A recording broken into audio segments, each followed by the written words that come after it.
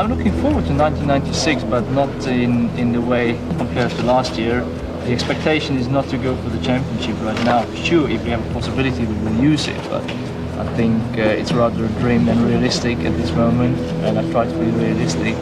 So I don't expect too much by this stage.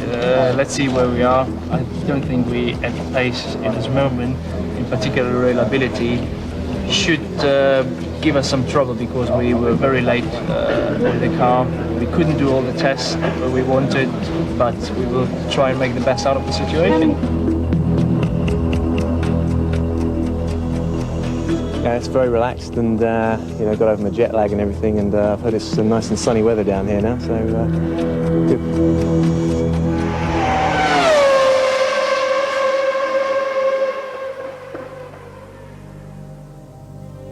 It's for us a new challenge, a new road, a new page, very important, determinant for the future of Ferrari, of the team, of the Formula One team. Of course, we will give them all the support they need. We always say that it's not having Michael in the team next year, that we just think now it's no more problem because he is the best driver, so he will win. We know we need to give to both our drivers a very good car. We are far to have the best car, but you can be sure that all the efforts will be done in order to make a progression and to bring us to the highest limits of motorsport. The launch of the new John Barnard-designed Ferrari, powered by an all-new V10 engine, is late, losing the team valuable testing time. Schumacher, unsurprisingly, is first behind the wheel, but new teammate Eddie Irvine is optimistic, despite his own lack of mileage. I feel it's going to be a lot closer than people think it's going to be, and by the end of the year, it should be very, very strong. Mika Salo and Ukyo Katayama stay on at Tyrrell for 96 and like their new contender, even if Ukyo finds Salo's seat a little on the large side. Engine is super good, there's lots of power, and of course we need more, but driver is never happy for the power. Car handles very well, it's very easy to drive. I'm very comfortable in the car, it just handles nice, it has lots more grip on high speed and low speed, what we had last year. It's better than the other one car. Oh, I can't even talk about them in the same day. It's a new dawn at Benetton, the champion is gone, and fortunes now lie with Alesi and Berger. To mark the occasion, Benetton put on what is probably the most spectacular launch presentation in Formula One history, with guests including FIA President Max Mosley and French film star Gérard Depardieu, joining huge crowds in the streets of Taormina in Sicily. Then it's a horse-drawn cart to the 2,000-year-old Teatro Antico, with Mount Etna providing the backdrop. 15,000 people pack into the theatre to witness the launch of the new B196.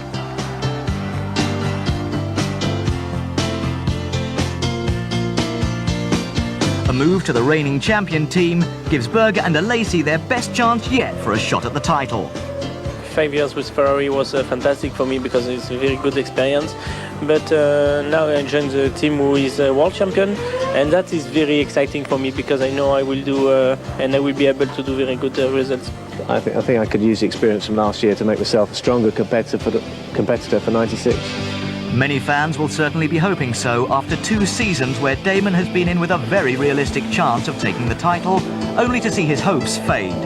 Pit stop strategy is top of the list of improvements required if Damon is going to capitalise on his title favourite status for 96, but the champion-elect is cautious.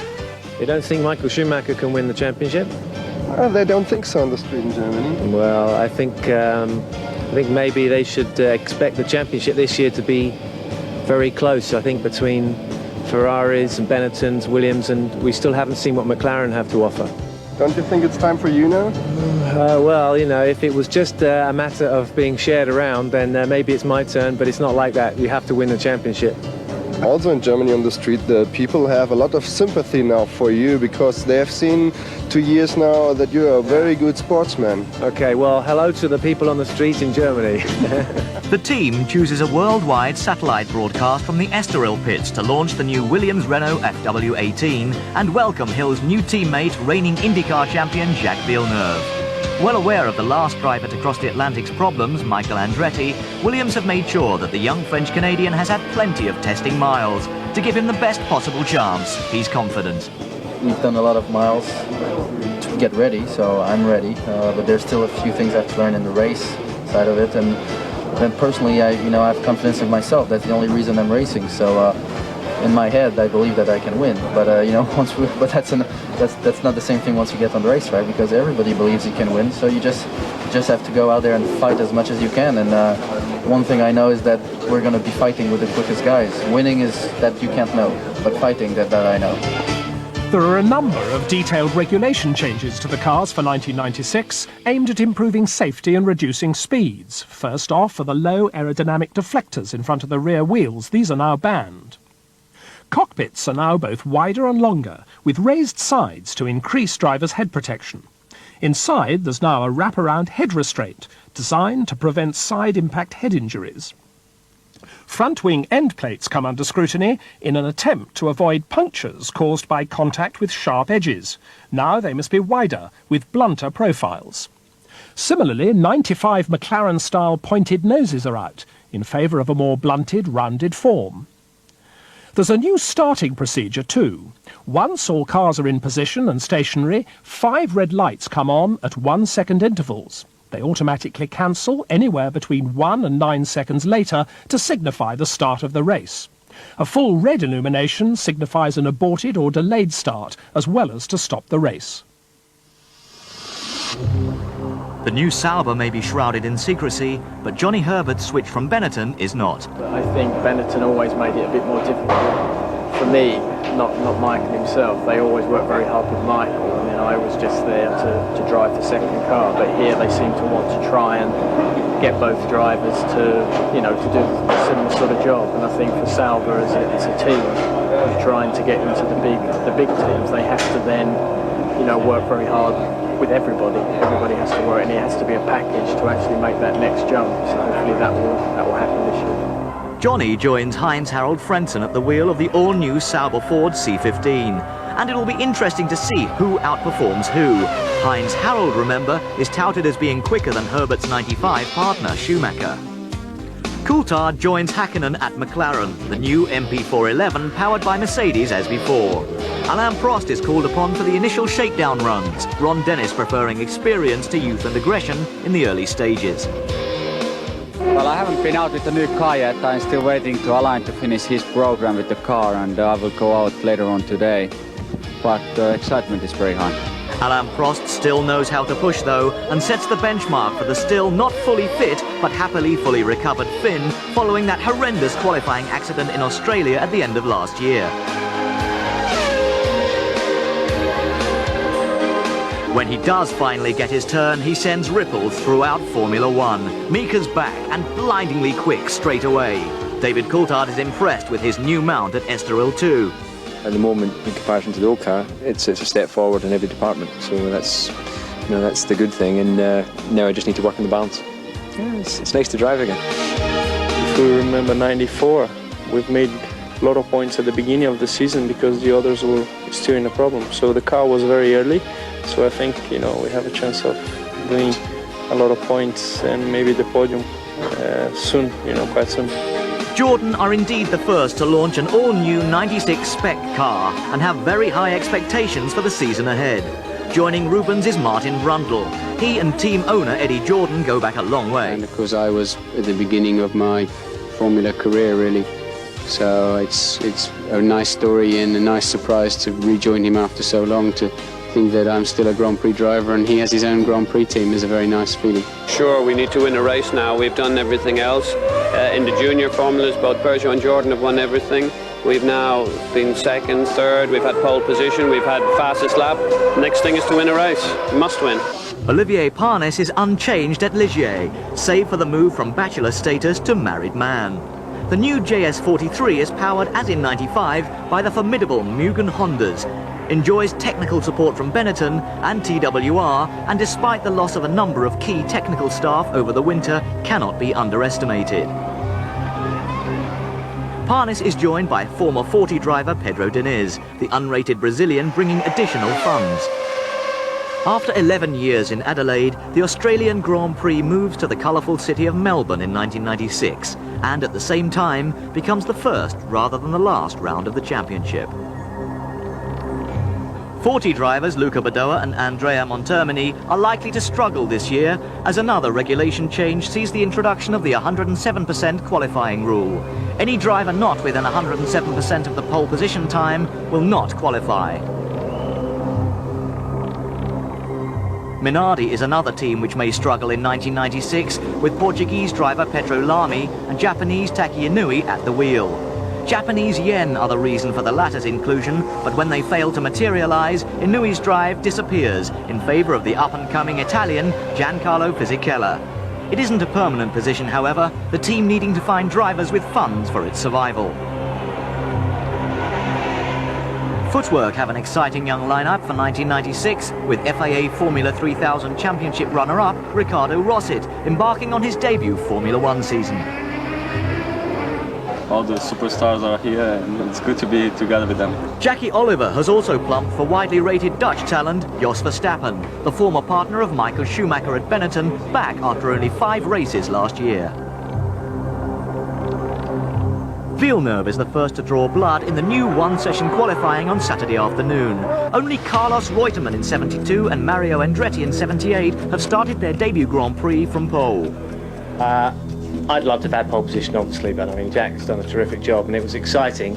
And I think the new format it is actually very exciting. You know, it's got to happen in that 1 hour. And I thought I had it there for a bit, and I got it taken away just at the end. Despite Schumacher's pre-season reservations, Ferrari are right up there too.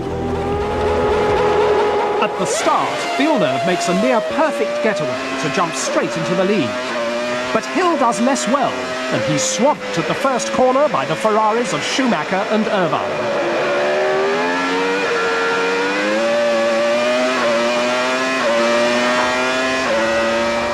Further round, Coulthard brakes to avoid Panis and veers towards Herbert. Brundle has nowhere to go. Incredibly, Brundle clambers out unhurt. The replay shows that Martin is more than just lucky.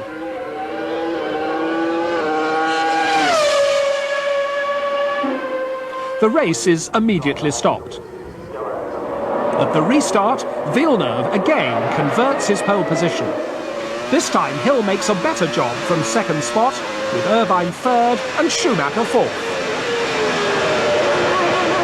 With Brundle having started from the pit lane in the spare car, things don't get a lot better for the Jordan driver. This time he collides with Diniz, spins and stalls at the same spot as his earlier accident. Lap 1, Villeneuve leads by a second from Hill, Irvine, Schumacher, Alesi and Hakkinen.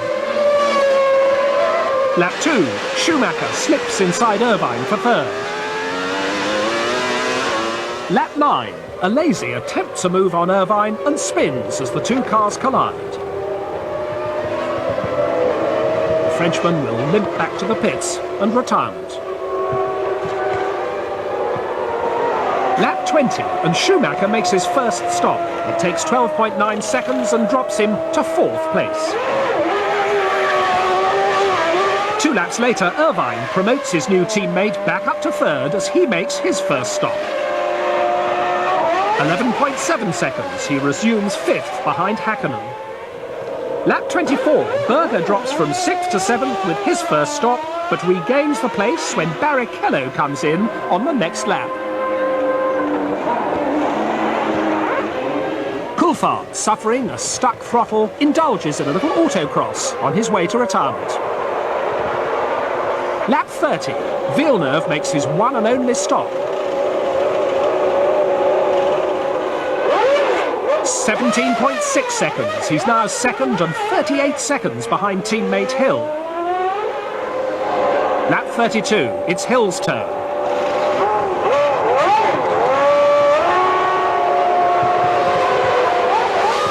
18.5 seconds, the Englishman retains his lead, but it's brief. The Canadian newcomer is in no mood to show respect for his team leader.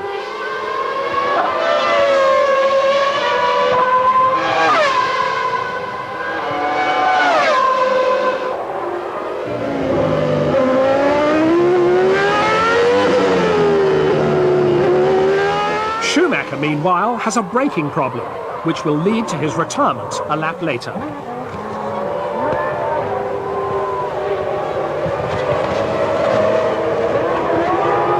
At the front, race leader Villeneuve is under tremendous pressure from Hill, and he has an over-exuberant moment. It's the likely cause of a pit signal that slows him down with fading oil pressure. He's forced to give best to an oil-covered Damon Hill and loses the chance to score his maiden Formula One victory at his first attempt. So, Hill starts 96 where he finished 95 with a win in Australia. Villeneuve is an impressive second and Irvine an equally impressive third on his debut with Ferrari. Berger, Häkkinen and Mika Salo round out the top six. Well, for sure it's disappointing to lead most of the race and then having to slow down, but the whole race itself was fun. It was a great battle with Damon, and for sure today was a good demonstration of the Williams-Rothmans Renault, and it's a very strong package. Rio provides the perfect stopover for some sightseeing, relaxation and light exercise prior to the short flight down to the city of Sao Paulo, host of the Brazilian Grand Prix, round 2 of the championship.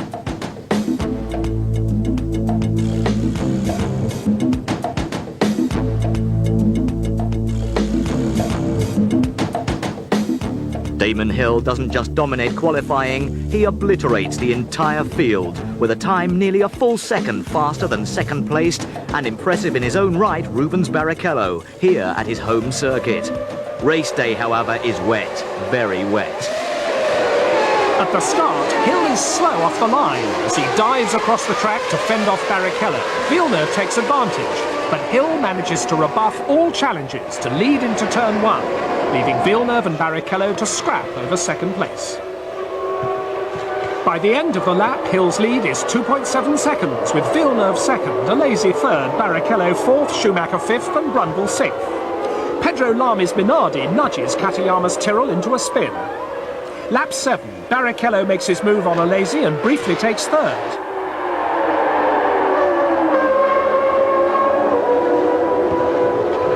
Lap 8, Barrichello tries again.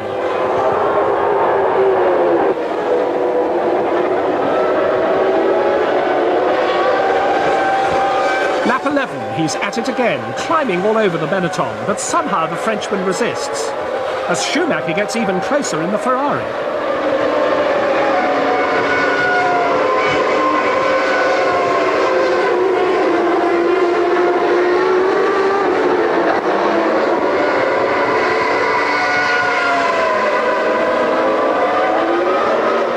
Lap 14, Hill enjoys a lead of nearly 15 seconds over teammate Villeneuve. And the French-Canadian is coming under pressure from Alesi, who's won his battle with Barrichello.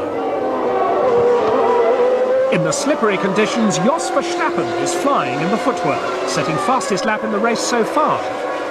While Barrichello has Schumacher and Frentzen on his heels, each tripping over the other.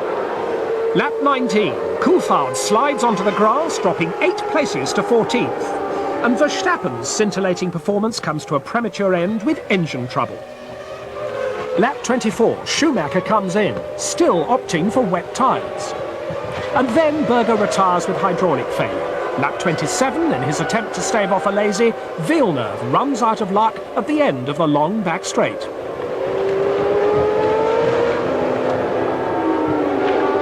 Then Alesi runs wide on lap 32, losing second to Barrichello. The local hero then drops from second to fourth on lap 34 as he makes his first stop. Damon Hill's Williams, Alesi's Benetton and Salo's Tyrrell are ahead. With the track drying and the need for refuelling imminent, Williams takes the decision to go on to slicks for Hill's single stop. The Williams rejoins, now in second place, behind Jean Alesi in the Benetton. Schumacher, now fifth, makes a second stop, and he too opts for slick tyres. He rejoins ninth.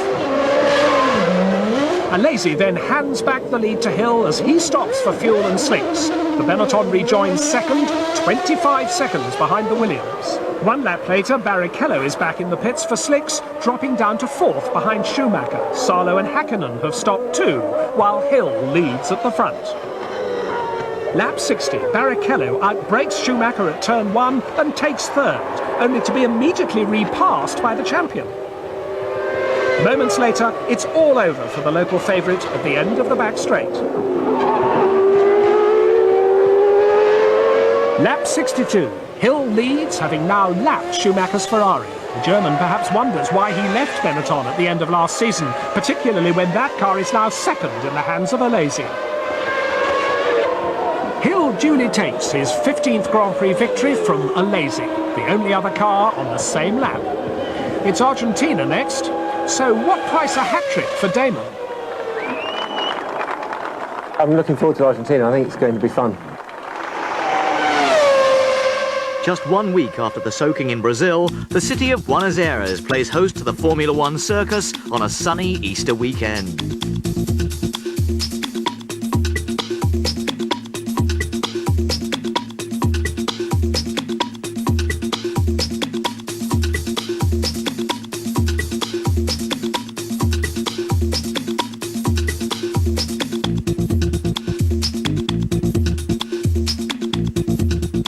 Despite suffering a bout of food poisoning, Damon Hill tops the times once more, though not so emphatically as in Brazil. Schumacher lines up alongside with Villeneuve and Alesi behind.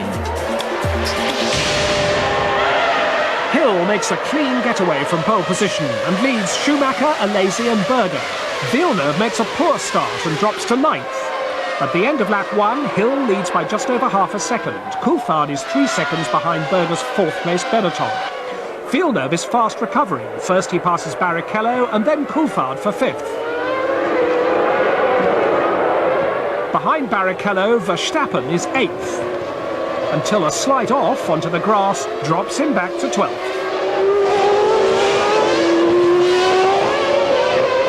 Lap 19, Hakkinen retires his McLaren Mercedes with a throttle problem.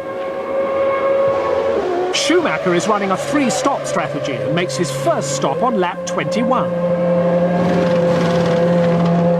He's in the pits for 7.1 seconds, dropping back to 4th place, behind Berger, Alesi and Damon Hill at the front of the field.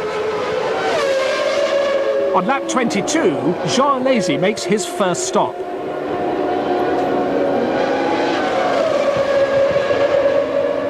6.8 seconds isn't enough to get him out in front of Schumacher, and the Benetton slips back to 4th. Lap 24, Hill comes in, as does Berger's 2nd place Benetton.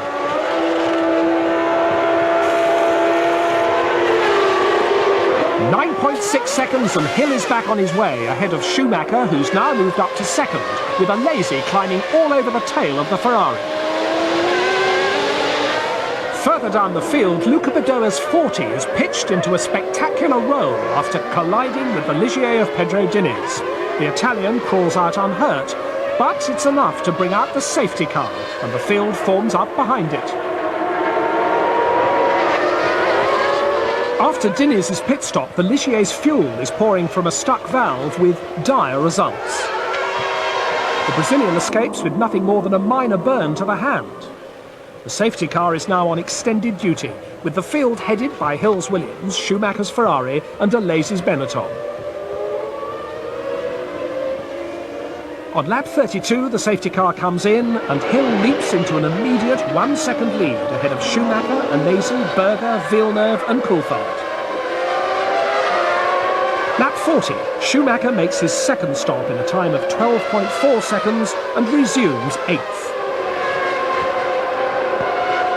Lap 44, Alesi pits, 8.2 seconds, but he stalls the engine. This drops him to 8th. And he's going to be stuck behind Schumacher once more.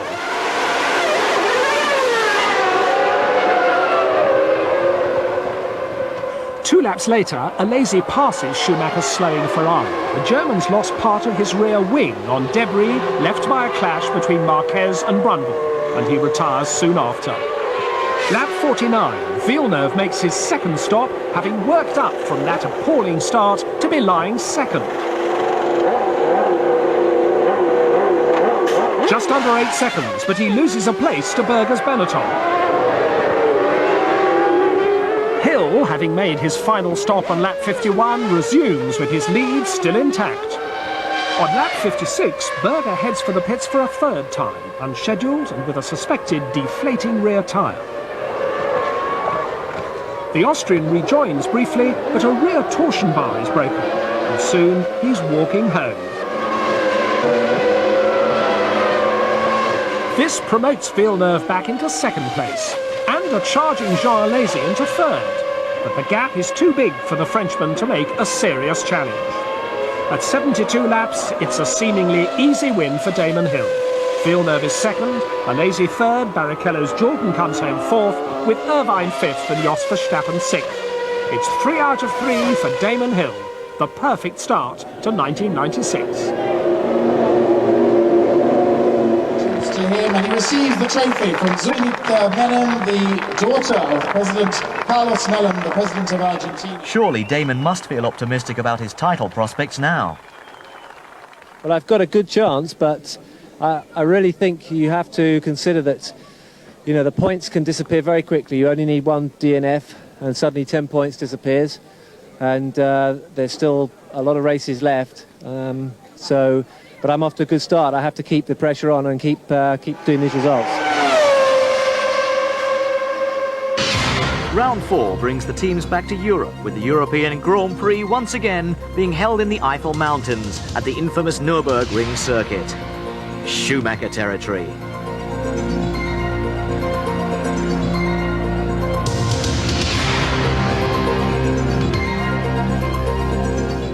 Despite Villeneuve's best efforts, Damon Hill takes his third pole position from the first 4 races with another dominant display, some 0.8 of a second ahead of his teammate.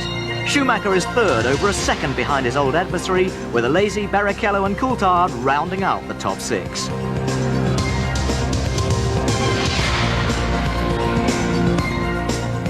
At the start, Hill bogs down and gets swamped from both sides. Villeneuve leads and Coulthard nips into second after a blistering getaway. Alesi and Berger are left floundering with brake problems. Katayama stalled on the warm-up lap. He got an illegal push start and he's disqualified. At the end of lap 1, Villeneuve leads from Coulthard, Barrichello, Schumacher, Hill, Hakkinen and Brundle.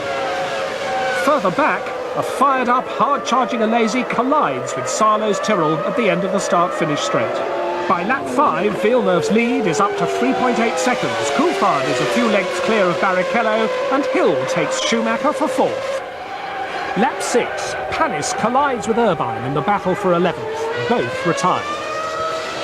Lap 10, and Hill's charge slows. The Williams has a rear-end imbalance. 12 laps later, his first stop comes 3 laps ahead of schedule. A 21-second stop allows Patrick Head the chance to check the rear end of the Williams before giving the all clear. Hill resumes down in 11th place. Lap 23, Schumacher makes his first stop.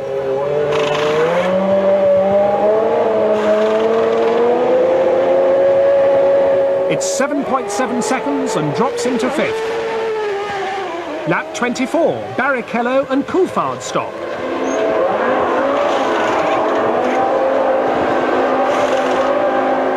McLaren are quicker. 9.8 seconds drops Coulthard from 2nd to 4th, while Barrichello resumes 5th.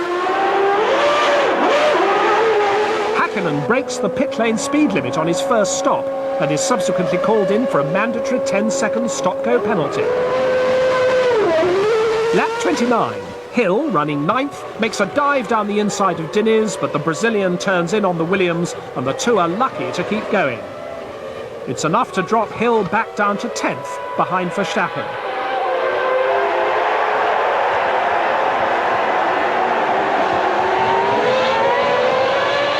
Lap 36, Schumacher is just 1 second behind Villeneuve, with Coulthard 3rd, Barrichello 4th, Frentzen 5th, Hakkinen 6th, Brundle 7th, and Hill now up to 8th. 7 laps later, the second refuelling stops as first Hill, then Schumacher, and on lap 46, Villeneuve come in.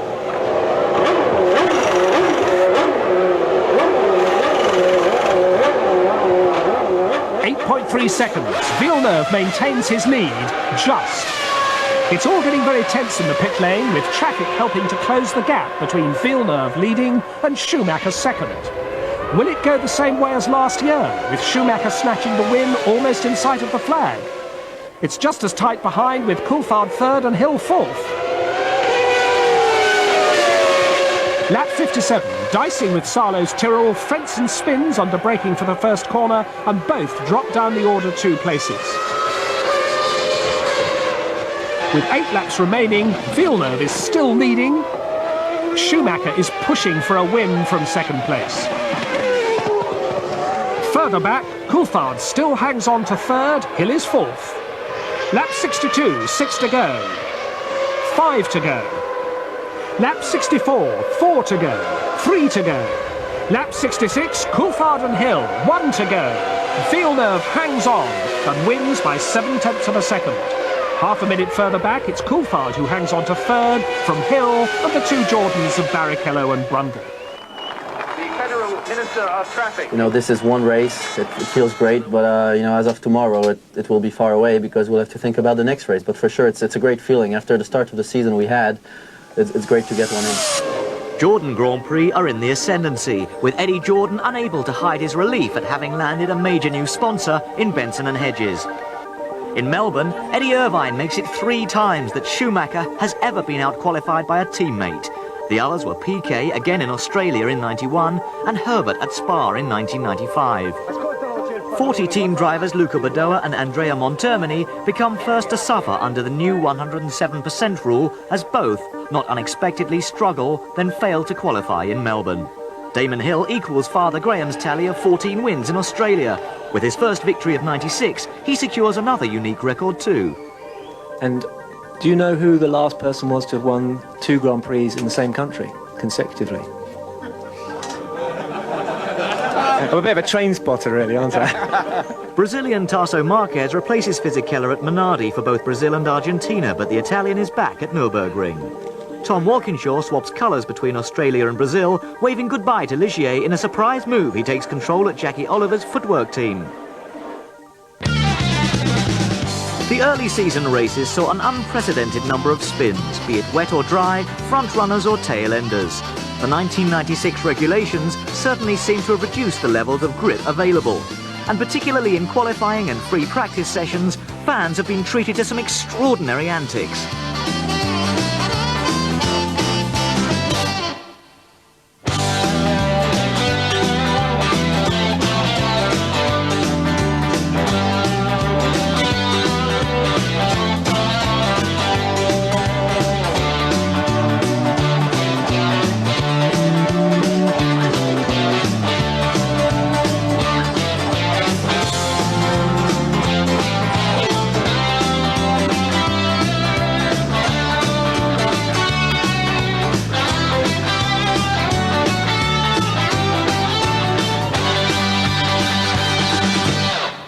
Damon Hill heads the standings after his opening hat-trick of wins and a 4th place at the Nürburgring.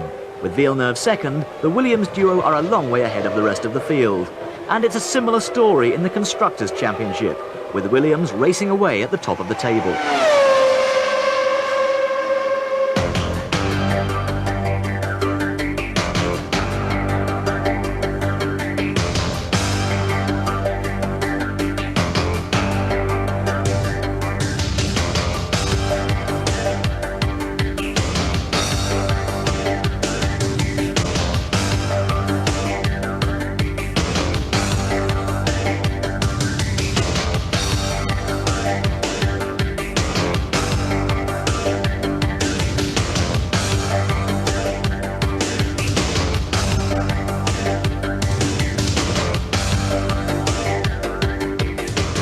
Imola and Ferrari are synonymous. Add reigning world champion Michael Schumacher to the equation, and the Tifosi expect.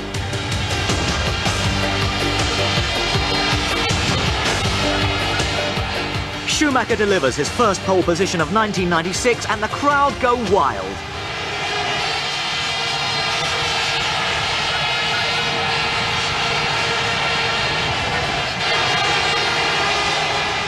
With Hill alongside on the front row, the race might prove a little more tricky.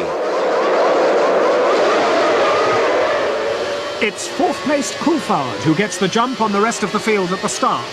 Into the Tamburello chicane, the Scot leads ahead of Hill and Schumacher.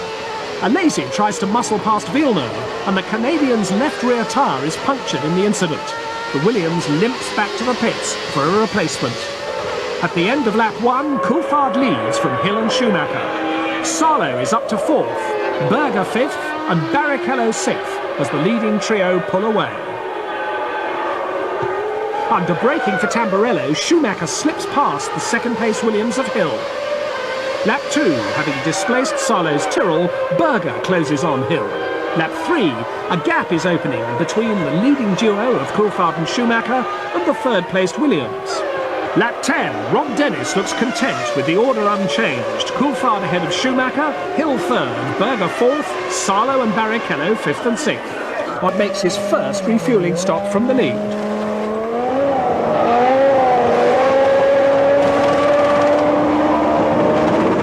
He's there for 8.2 seconds and resumes in 6th place. Lap 21, Schumacher is in.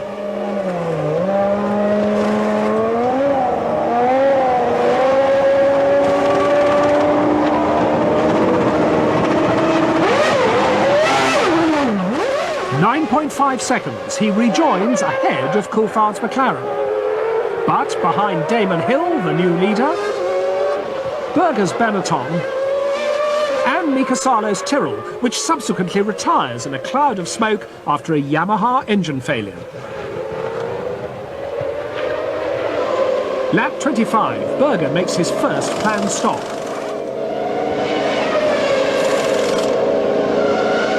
It's 7.4 seconds. He rejoins 4th behind Coulthard. Not until lap 30 does Hill come in for his first stop.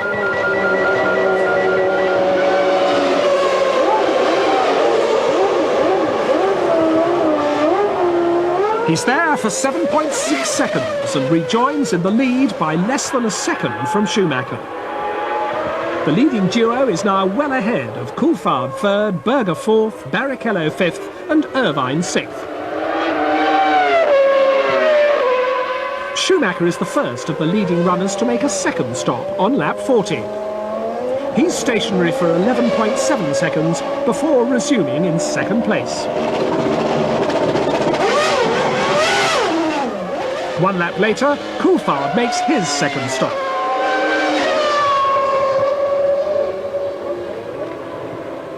And he stalls it, for reasons which are later explained as hydraulic pressure loss. And he retires on lap 44 when the problem becomes terminal. Following his earlier incident with Villeneuve on lap 1, Alesi is at it again, this time with Panis, and this time being the one to come off worse. Lap 50, Hill makes his second and final stop.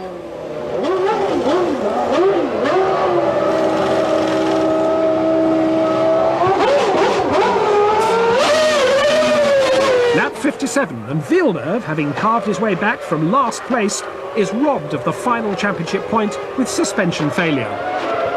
Ironically, it's Jean Alesi who benefits as he's promoted from 7th. So Damon Hill takes a comfortable 4th win of the year, having played the better tactical battle.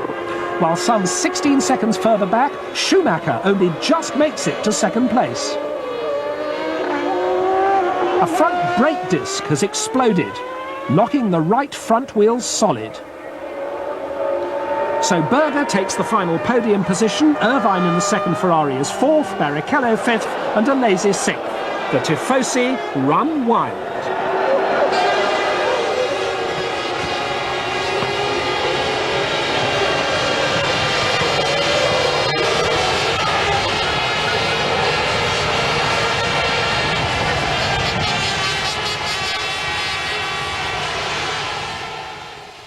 Very pleased about winning here because I had a hiccup in Germany, but I'm now back on winning form again. and the tactics in the race were perfect, and I had a very good strategy, and thanks to the Williams team for working that well, and the pit stops were brilliant too.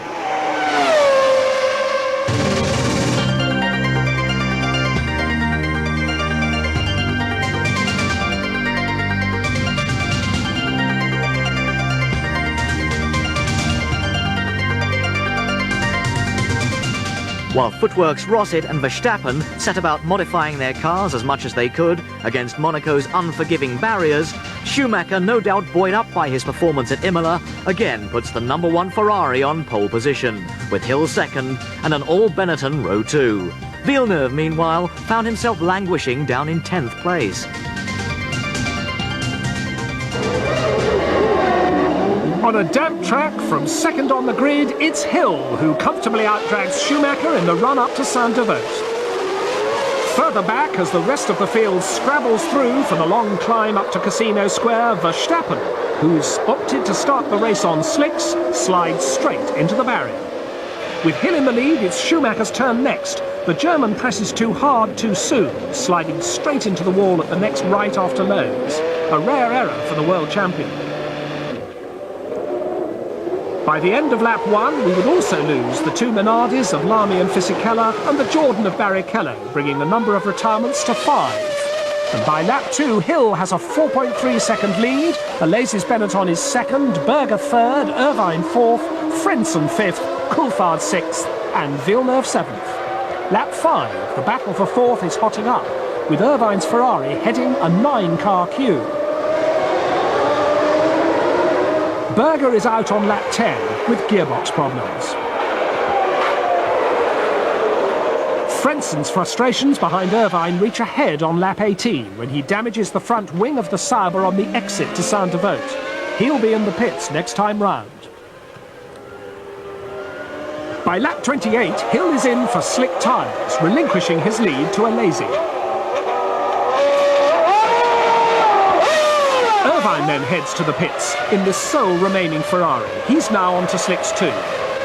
Panis in the Ligier effectively follows Irvine in, and on lap 29, Coulthard's McLaren stops. The Scotsman has borrowed Schumacher's spare helmet for this race.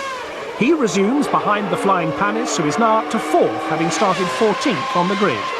Hill retakes the lead on lap 30, repassing Alesi on the run-up to Casino Square. Lap 36, Panis literally pushes Irvine's Ferrari out of the way at lows and moves up to 3rd. The Irishman restarts the stricken Ferrari on the downhill gradient and returns to the pits to check the car and refasten his belts. With the race almost in the bag, Hill's Renault engine suffers a rare failure on lap 41, a major blow-up in the tunnel. It's heartache for the Englishman, it's joy for Benetton. Alesi now has a substantial lead. Panis is promoted to second, despite losing 10 seconds in a quickly recovered spin on Hill's oil. Lap 59, Alesi's in the pits. This isn't in the script. The team, unable to identify a handling problem, dispatch the Frenchman on a fresh set of tyres. But a lap later, it's all over. Sauber is suitably pleased. Alesi's demise has promoted Herbert to 3rd. It's a tense time for Anne Panis. Olivier is leading a Grand Prix, Ligier are in sight of their first win since 1981, and Coulthard is closing in the McLaren. Lap 66, Luca Badoer's slow 40 takes out Villeneuve. Hakkinen now goes 5th and Salo 6th. But in the final laps, Irvine's eventful race ends where Schumacher's had on lap 1. And Hakkinen and Salo join in. But it's joy for Ligier as Panis hangs on to score his maiden Grand Prix victory less than 5 seconds ahead of Coulthard. Herbert's steady drive rewards Sauber with 3rd. Frentzen is 4th, despite heading into the pits on the last lap. Salo and Hakkinen are credited with 5th and 6th. This race is very difficult race because the start of the race is raining. My car is very good in weight. After change just the tire because it's a completely full tank in the start. No fuel. But the finish of the race is very difficult because the fuel I don't know is finish the race because the fuel is less very difficult. the box speak with me, slowly, Olivier, mais David push very hard, it's very difficult.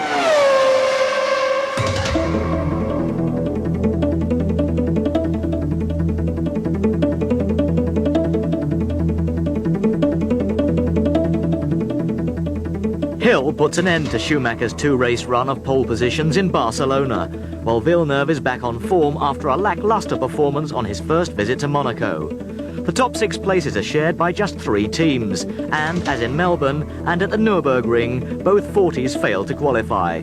On race day, however, sunshine is replaced by torrential rain. Schumacher bogs down at the start as Villeneuve takes an immediate lead, with a Lazy tucked in behind and Hill slipping back to third. Coulthard's McLaren is an immediate casualty after a collision with Lamy. So are Fisichella and Rossette's footwork after a separate incident. Villeneuve leads by 1.1 seconds on lap 2 from a Lazy, Hill, Berger, Irvine and Schumacher. Lap 3, Herbert has an excursion into the gravel, but survives. A beached Irvine doesn't. Lap 4, Hill has a little excursion, dropping him from 3rd to 5th. Lap 8, Hill is in trouble again. This spin drops him further down the field to 8th. Schumacher, meanwhile, has closed on the tail of the Villeneuve-Lazy lead battle. Lap 11, Hill has yet another spin, this time into the pit wall. Schumacher dispenses with a Lazy in clinical fashion before repeating the manoeuvre on Villeneuve to take the lead on lap 12. Further down the order, Verstappen manages a 360 on the straight. Then Diniz partakes in a little rallycross, and Salo recovers after this pirouette. Lap 24, Schumacher makes a 7.2 second stop and rejoins with a comfortable lead. Lap 32, Alesi makes his sole refueling stop in 12 seconds and drops from 3rd to 4th. Lap 34, Berger's in trouble in the pits with a sticking left rear wheel. He eventually gets away with only 3 new tyres in 5th position. 2 laps later, Villeneuve's stop drops him down to 4th behind Schumacher, Barrichello's Jordan and the recovering Berger. At the end of lap 45, Barrichello, who was up to 2nd at one point, retires with clutch problems. Lap 48, Verstappen spins out of 5th place, promoting both Häkkinen and Pedro Diniz, who's on course for his first championship point.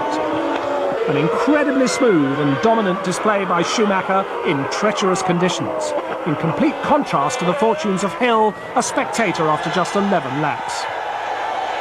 So Schumacher wins his first race for Ferrari in considerable and flamboyant style. Lazy takes 2nd after a race-long battle with Villeneuve, who's 3rd, with Frentzen having quietly assumed 4th, Häkkinen 5th and Diniz 6th. The warm-up on the car was already quite good. We made some final changes which improved even further for the race, and after that it got better and better, and as I said, I took some different lines which was quite a difference after a couple of laps, and that was the reason. Circuit Gilles Villeneuve, Montreal. The late great Gilles' son in with a realistic chance of winning his home Grand Prix on a circuit named in honour of his father. All the world's press are present for the story of the year.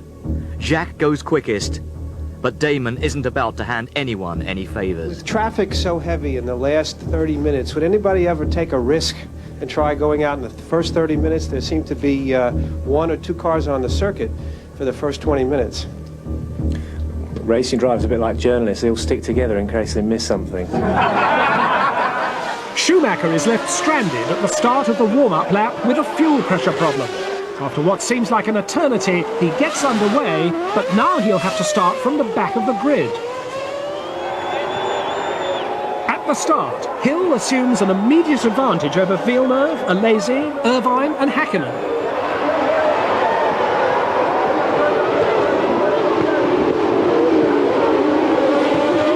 Lap 2, and Ferrari's woes are doubled as Irvine slows to a crawl with a broken front pushrod. Lap 5, Berger slips past Häkkinen into 4th. While out of sight, Hill leads from Villeneuve and Alesi. Next lap, Häkkinen slips back another place, this time to Brundle. At the end of lap 7, Katayama and Rosset collide heavily at the pit's chicane. Both are eliminated on the spot. Lap 20, Hill has an 8.9 second advantage over Villeneuve, with a lazy third from Berger, Brundle and Barrichello. Schumacher is a long way back in 12th place and struggling.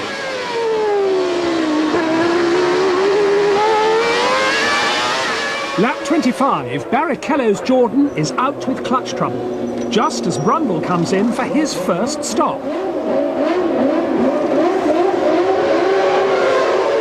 Lap 28, Hill resumes in second. His first refuelling stop has taken 9.5 seconds and Villeneuve now leads.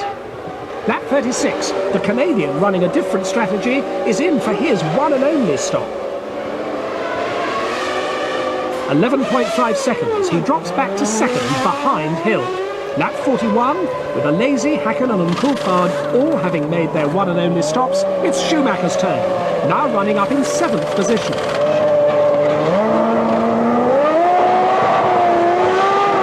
As he leaves the pits, the Ferrari sheds its left rear drive shaft, and the German is left to tour back into retirement. Gerhard Berger offers no excuses for spinning out of 4th place on lap 43. He blames himself for overdriving in his efforts to catch teammate Alesi. Lap 49, Hill leads Villeneuve by over half a minute, but this is the stop that everyone's been waiting for. 8.6 seconds. Hill maintains his lead, but the gap is down to just 13 seconds over the hard-charging French-Canadian, as Villeneuve sets a string of fastest laps to close the gap. But despite Villeneuve's best efforts and the support of his home crowd, Hill takes his 18th career win by just over 4 seconds. Last year's winner, Alesi, is third. The strategies were pretty good both. It depended what happened on the start, and it depended as well what would happen with the back markers. I said before the start of the race that the most important thing for me to do here was to finish and score points, but I also said the best way to score points was to score 10, and I've done that, so I'm very, very pleased. The 40 team unveiled new colours in Spain. Gone is the yellow and in is Irish green, in deference to new sponsor Shannon. Following the track invasion after the San Marino Grand Prix, the FIA slap a $1 million fine on the organisers. Damon Hill has extended his lead in the drivers' standings as Parnis moves in at 6, following his unexpected but no less deserved victory in Monaco. Jordan and Tyrrell slip out of the top 6 in the Constructors' Championship as Ligier and Sauber move in at 5th and 6th.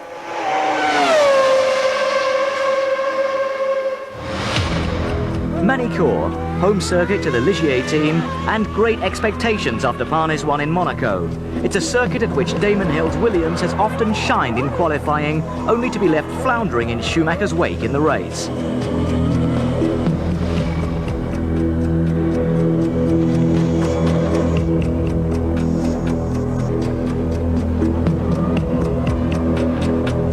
Incident-filled practice, Jacques Villeneuve is lucky to emerge unscathed after this massive off on the exit of the flat-out Estoril.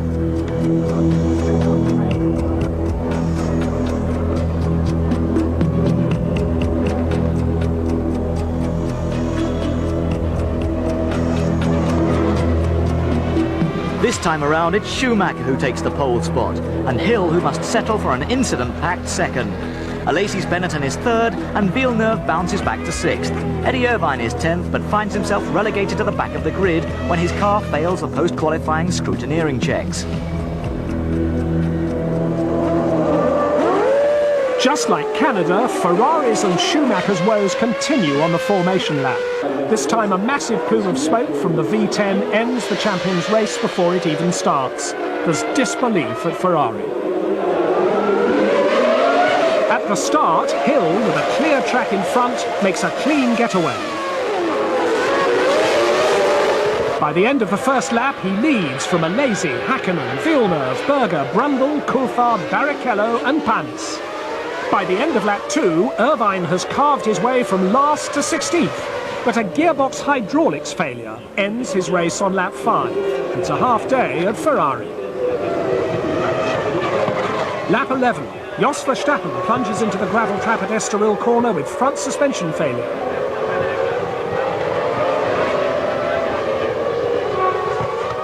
Lap 21.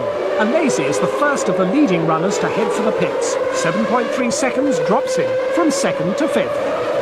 Lap 27. Race leader Hill makes his first stop and rejoins second. Häkkönen's in on the same lap. He rejoins fourth, with Villeneuve, the current race leader, not yet having stopped. He does so on lap 30. Hill is promoted into the lead again and Alazy to second. Villeneuve rejoins third, with Häkkönen in fourth, having lost bottom and second gears.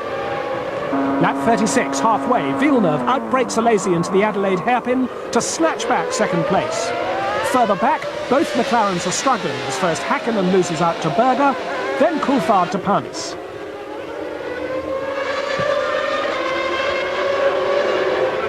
Lap 49, Villeneuve's in again.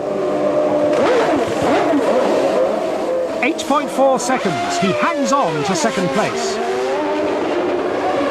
Lap 54, Hill resumes after this second stop with a lead of some 11 seconds over Villeneuve. Alazy and Berger are third and fourth, nose to tail.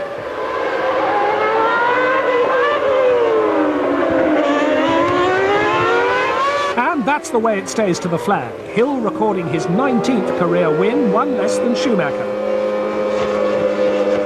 You go off on the parade lap and the guy's engine blows up in front of you. It's not what you expect.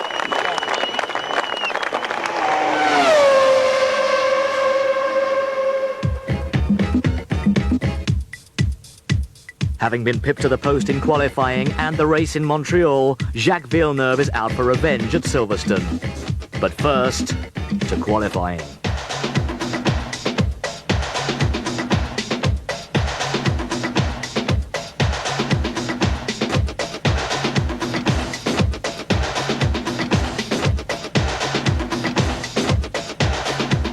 Advantage Hill. Häkkönen's fourth in the seemingly improving McLaren, Schumacher's third but nearly a second off pole and 7/10 behind Villeneuve.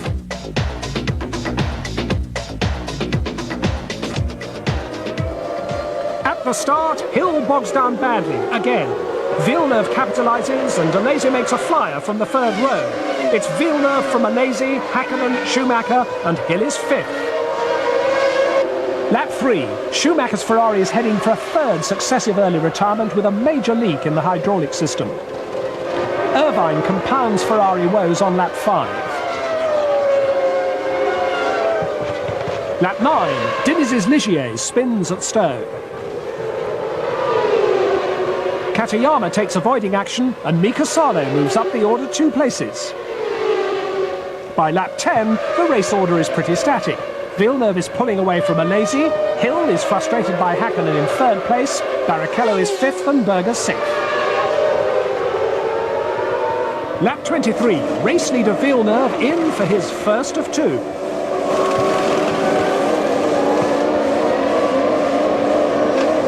The French-Canadian rejoins fourth, just behind Hill, who on lap 24 radios the Williams pit that his car feels unstable at the rear. 3 laps later, under braking for Copse, he's out.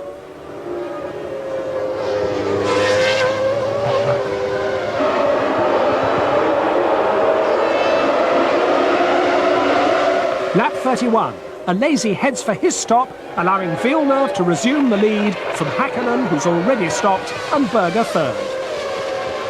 Lap 33. Alazy and Berger swap places on the track as Berger makes his one stop.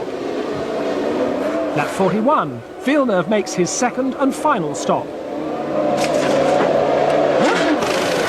He retains first place, but Alazy has reduced his lead from 35 to just over 9 seconds.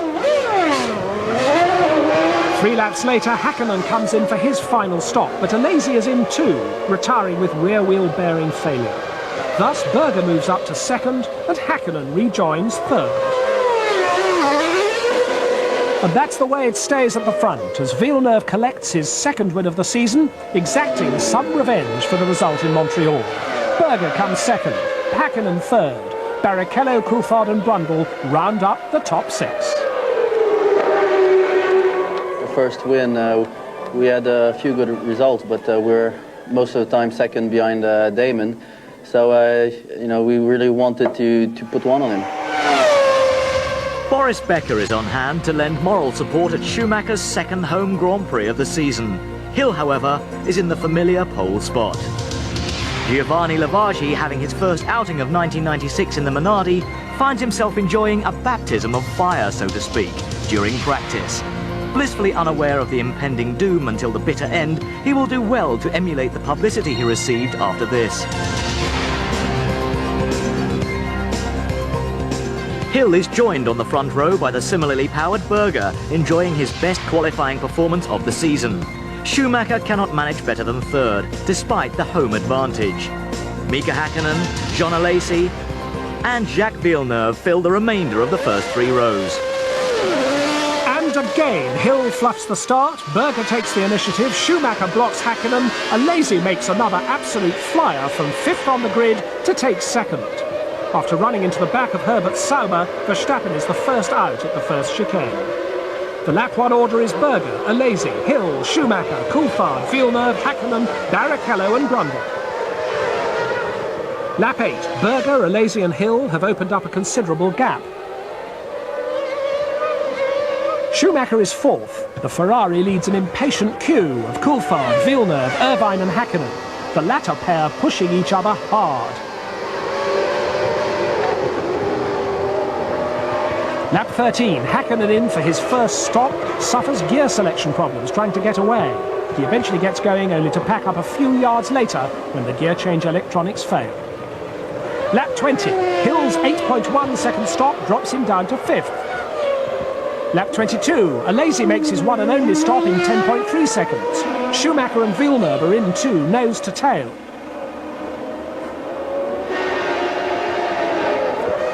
They leave even closer. It's to no avail for Schumacher, however. Villeneuve quickly taking 5th place from the German. Lap 23, race leader Berger is in, handing the lead to Hill now with Alesi second. The Williams posts a succession of fastest laps as Hill tries to create the gap necessary for his second stop to come. And it comes on lap 34.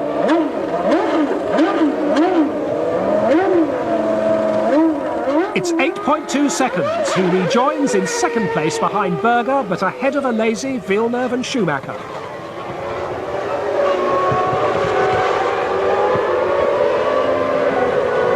Lap 35, Irvine's 6th consecutive retirement, this one down to a gearbox oil leak.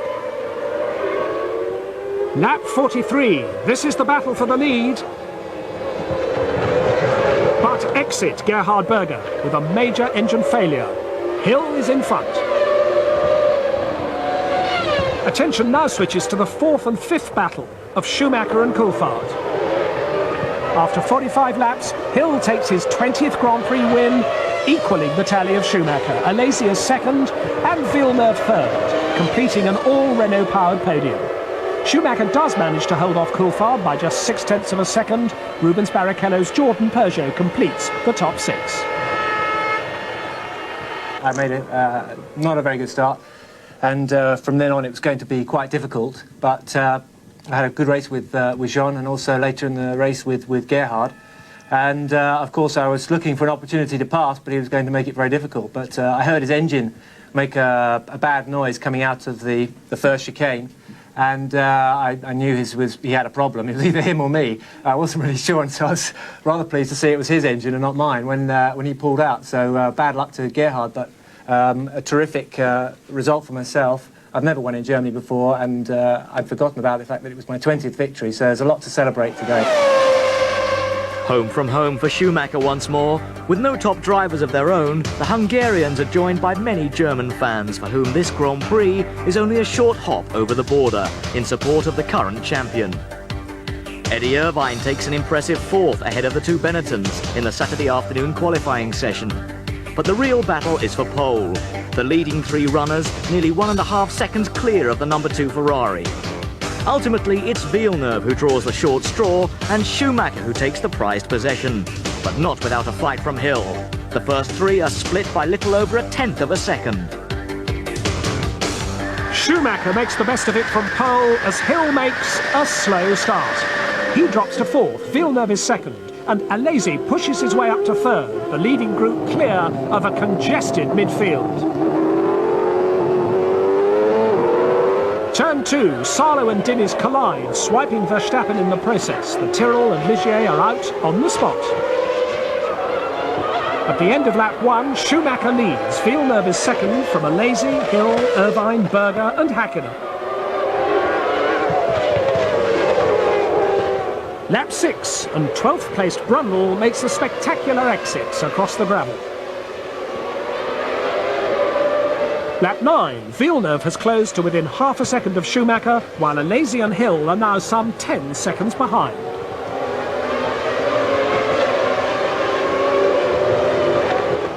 Lap 19, Schumacher makes his first stop, dropping from first to fifth, and is stationary for 8 seconds.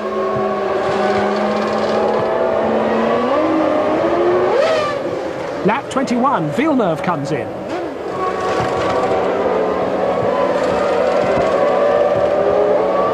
He rejoins third, behind Hill second and Alesi leading. Lap 22 and Alesi is in. He drops down to seventh. Hill takes over the lead from Villeneuve, Berger and Schumacher. Lap 24, exit Coulthard with an engine seizure as a result of a failed water pump drive. Lap 25, Hill comes in for a 7-second stop. He will rejoin third behind Villeneuve in the lead and Schumacher second. Lap 32, Irvine makes his now customary exit. Not for the first time, it's gearbox related. Lap 39, Schumacher makes his second stop in 6.9 seconds. Lap 40, it's Villeneuve's turn in an identical 6.9 seconds. He retains the lead when Hill follows in the very next lap, resuming his challenge from third.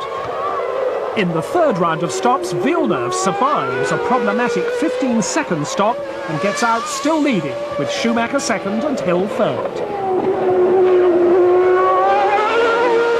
Alesi is currently fifth, but moves up a place at the expense of Berger, who suffers a second engine failure in as many races. Lap 71, Schumacher's Ferrari runs into terminal throttle and electrical problems. By this time, Hill has the wick turned right up. He's demolishing Villeneuve's advantage, but he can't get past on this notoriously difficult circuit. Villeneuve takes the win, his third of the season, and the first Williams 1-2 which he's headed. Alesi finishes third from Hakkinen. Yeah, I'm very happy because, first of all, for the championship, we had to beat Damon while he was still on the racetrack, so it's a good feeling to do that. And this is not the type of track that I normally enjoy. So being competitive here, makes me really happy. The team did a great job all weekend, and we were right away from the pace. Williams win the Constructors' Championship in Hungary. Now that it's mathematically impossible for them to be caught, the battle is now for runner-up. Villeneuve has narrowed Hill's championship lead slightly, whilst Hakkinen is making inroads into the lower order, moving up to fifth. Williams and Benetton will have to look for new engine suppliers as Renault announced their withdrawal from F1 at the end of 1997. 3 token laps at Silverstone, none at Hockenheim. 40 are out of Formula One. Giovanni Lavaggi replaces Giancarlo Fisichella in the Minardi until the end of the season. It's the best way to start the season is to be in the front, and that's for sure. Williams Renault was a strong car, and it showed today. The 2 cars are quick. With 3 wins under his belt already and a solid-looking second place in the championship, with a potential and mathematical chance to go one better, that first ever run in a Williams F1 car 12 months previously must seem a long time ago. It's actually fun to drive, much more nimble than an Indy car, so it's nice. Yeah, they're actually easy to use. It always seemed like the limit can be further, but we checked on the graphs and we were braking as late, if not later, than Damon. So I think it's going well with the brakes. No, not really. Mostly in the Beckett's, or what is it called, Just in the last one, there's a little bit steep drop, but that's about it. It feels good. No, neck is great. Yeah, it's actually easier on the neck than the IndyCar because the steering is lighter. Yes. Okay. Yeah. Bye. Il veut parler avec Adrian. Frank. With just 4 races to go, the pressure is mounting on Damon Hill to seal his first championship win. And my aim, of course, is to close the championship rather than open it, and I'll be doing everything I can this weekend to secure a victory. Villeneuve, however, will fight to the very end and carries the momentum of his win in Hungary into qualifying to take pole by over 0.4 of a second. Hill cannot respond, with rain intervening 20 minutes before the end of the session. Schumacher third is lucky to emerge very sore, but otherwise unscathed from this accident in free practice.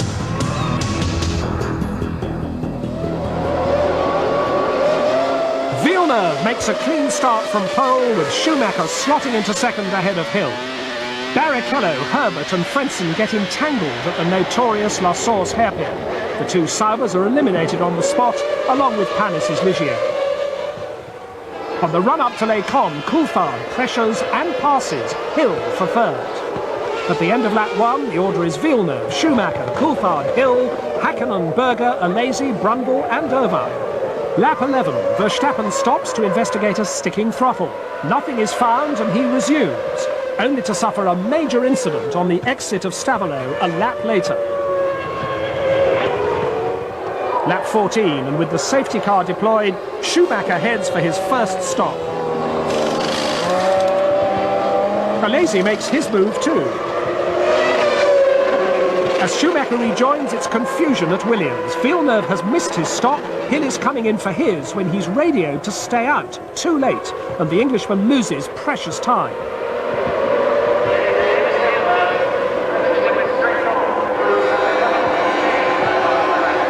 Villeneuve does come in at the end of lap 15, followed by Berger's Benetton. Meanwhile, it's the two McLarens of Coulthard and Hakkinen leading the field behind the safety car. Hill finally gets to make his stop at the end of lap 16 and drops right back to 13th in the queue. The safety car comes in and Coulthard grabs an immediate advantage over Hakkinen from Schumacher and Villeneuve. Berger then spins, trying to pass Irvine, and drops back to 14th. It's the start of a superb comeback drive from the Austrian. When the McLarens make their stops, Schumacher is handed the lead, Villeneuve is second, and Hill is stuck in ninth behind Brundle. When he does get by, he closes on Sarlo's Tyrrell easily. The third consecutive gearbox failure for Irvine sees him retire from a lowly 13th. The battle of wits at the front, unsurprisingly, comes down in Schumacher's favour. He takes his 21st Grand Prix win, with Villeneuve second, Hakkinen in third place, and then a long way back, Alesi, Hill and Berger.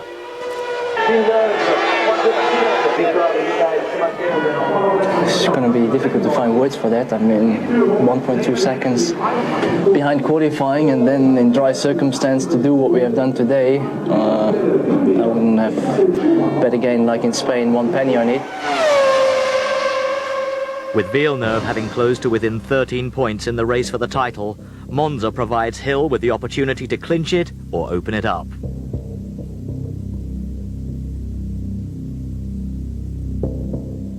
Another pole position is as good a place as any to start. Villeneuve, though, never seems that far away.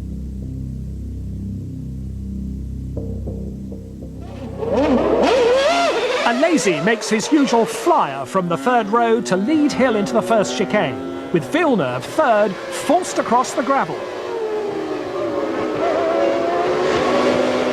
Into the second Lesmo, Hill muscles his way back in front, but Alesi hasn't finished, fighting back at the Variante Ascari.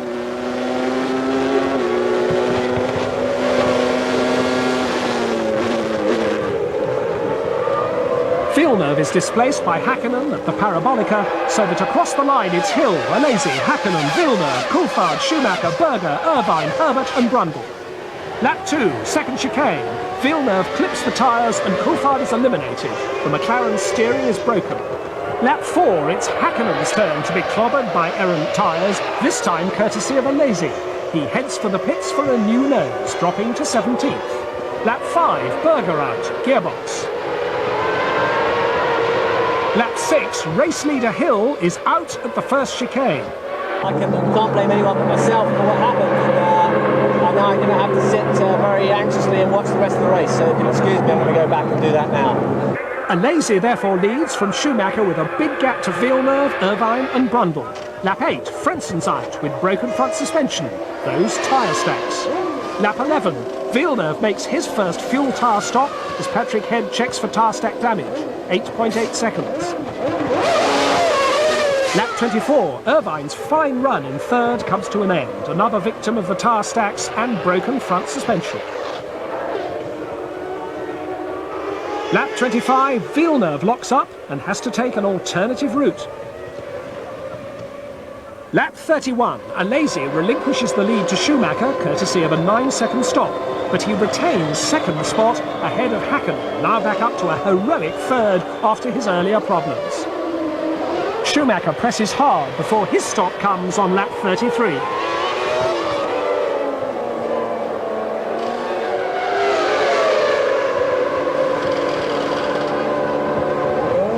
It's 8.8 seconds. He resumes with his lead intact, some 15 lengths clear of Alesi.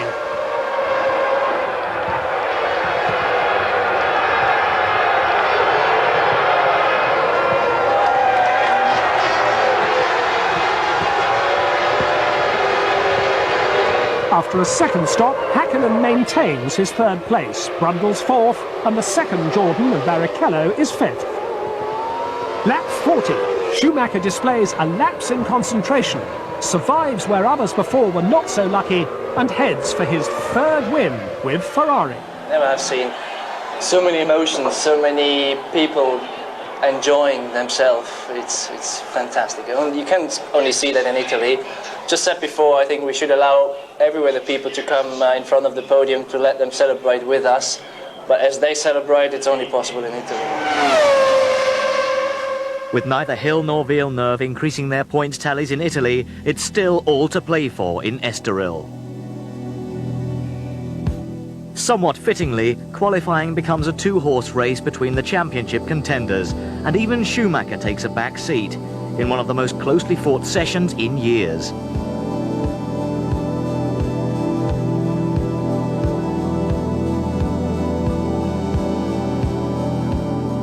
Hill takes pole by the smallest of margins. For a few minutes it was, I won't tell you the words I was saying in my helmet, but it was a tough moment, and when it's so close, it's frustrating. It's Villeneuve's turn to make a poor getaway as Hill takes an immediate lead from Alesi and Schumacher. Local man Lami's Minardi is left on the grid and joins in after the rest of the field has got away.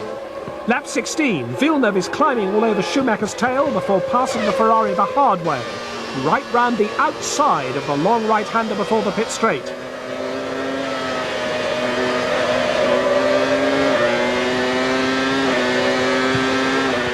That gives him third, and there's nothing Schumacher can do to respond. Hill heads for the pits. His 7.7 second stop drops him to third. Next lap, Villeneuve is in, 7 seconds. He slips back to 7th. Schumacher is in 2. His stop, 7.2 seconds. He resumes 8th. Lap 22, with Hill amongst the back markers, Alesi takes the opportunity to come in. Lap 35, with Hill having stopped a lap earlier, Villeneuve is in, stationary for 7.2 seconds. He rejoins second, not far behind Hill. Schumacher and Alesi are running close, third and fourth. Very close.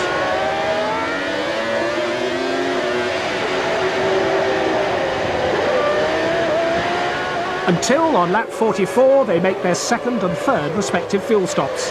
Ferrari's proving the more favourable as the German sneaks into third.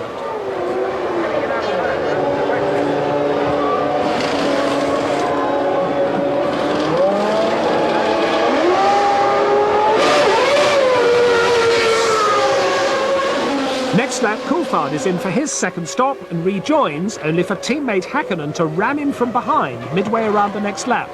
The incident necessitates them both returning to the pits, Häkkinen for a new nose section and Coulthard to replace a punctured tyre. Lap 50, it's Villeneuve's turn once more, but with a quicker stop from the Williams crew, he gets back into the race just ahead of Hill. Schumacher back in third and Alesi fourth continue their raging battle, ahead of Irvine fifth and Berger sixth, enjoying a similar tussle. Now it's pretty much all over. Villeneuve consistently lapping about a second quicker than Hill, so that by the end of lap 70, the Canadian takes his fourth win of the season from Hill. We knew we had to beat Damon by at least 10 points to still keep a slim chance for the championship, and that's what we did today. We were counting on the start, but for once Damon left the grid pretty good, and we had a pretty bad one, and it was looking grim at that point. Shock news followed on the Monday after Spa. One of the most famous and enduring partnerships in F1 will finish at the end of the season. McLaren and Marlboro are to split after 23 years, 9 drivers' championships and 96 race wins together. McLaren have a new title sponsor in the shape of German tobacco brand West from 1997. Between Spa and Monza, Heinz-Harald Frentzen is confirmed as Villeneuve's teammate for 97. Hill, the championship favourite, is left out in the cold. Shades of Mansell and Prost, it seems. Speculation then links the champion-elect to Jordan, Benetton, McLaren and even newcomer Stewart GP. But Hill confounds the F1 world by signing for TWR Arrows for 97. In the run-up to the Japanese Grand Prix, Walkinshaw announces deals with Yamaha for their V10s, Bridgestone tyres, and Brazilian Pedro Diniz is confirmed as Hill's teammate in the new Dark Horse team for 97. Damon Hill is awarded the Moët & Chandon Silver Trophy on the eve of the most important weekend in the 1996 Grand Prix calendar. This is the 18th occasion that the championship has gone down to the wire, to the last race since its inception in 1950.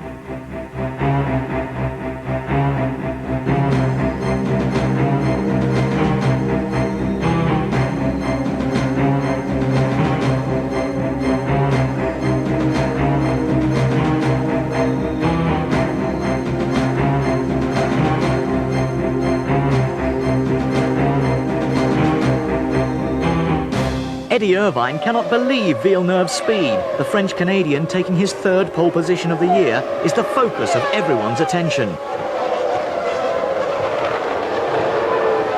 With the gauntlet now down, Hill languishing back in a provisional fourth place, must pull something out of the bag. The pressure is on.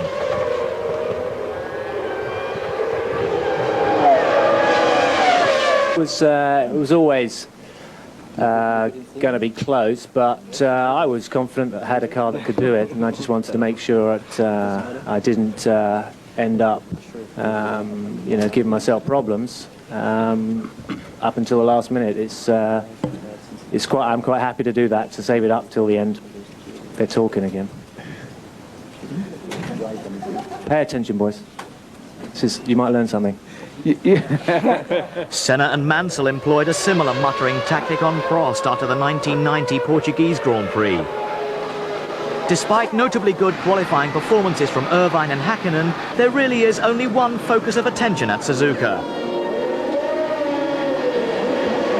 Villeneuve with everything to gain, Hill with everything to lose, and a whole catalogue of nightmare scenarios on which to reflect.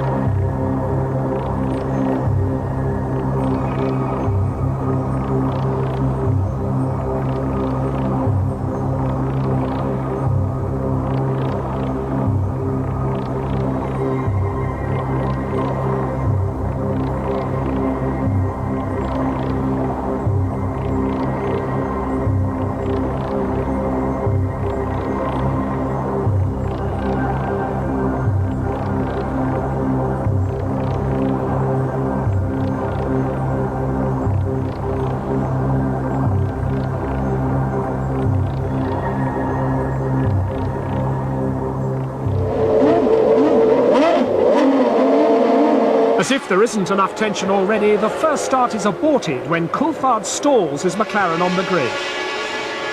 Start 2. Hill makes a dream getaway. Villeneuve is the one to fluff it this time and is swamped by Berger, Häkkinen, Schumacher and Irvine.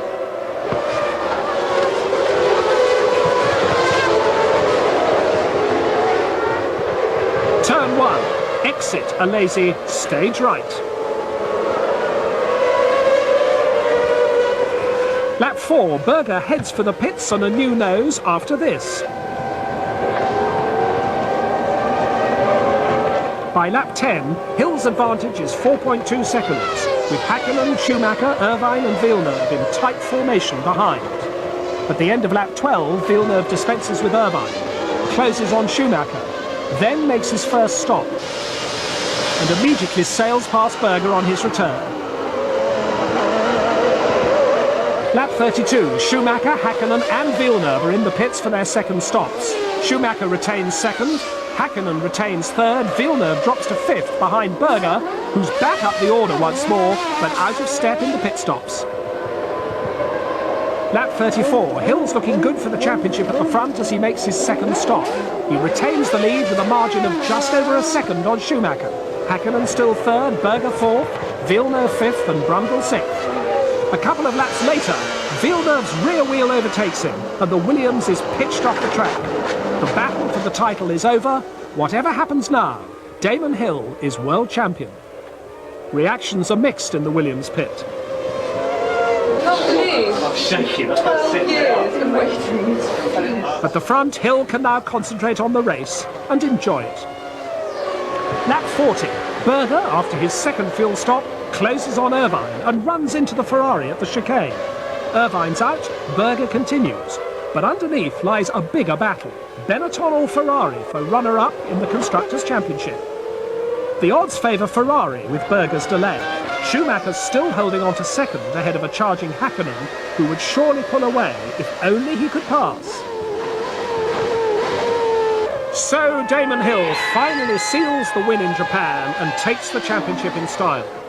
Schumacher holds off Häkkinen for second place, thus taking second in the Constructors' Championship for Ferrari, at the expense of Benetton, where Berger only managed an eventful fourth, Brundle is fifth, and Frentzen completes the top six. Michael Schumacher's reign as champion is over. After 699 days at the top, Hill's is just beginning, and the celebrations too.